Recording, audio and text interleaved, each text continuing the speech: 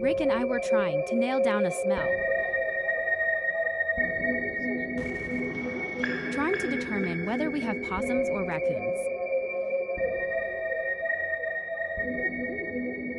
Then we heard predator noises and footsteps. We signaled to each other someone was in the building. He got off the ladder and went around the forest. I decided to walk through it.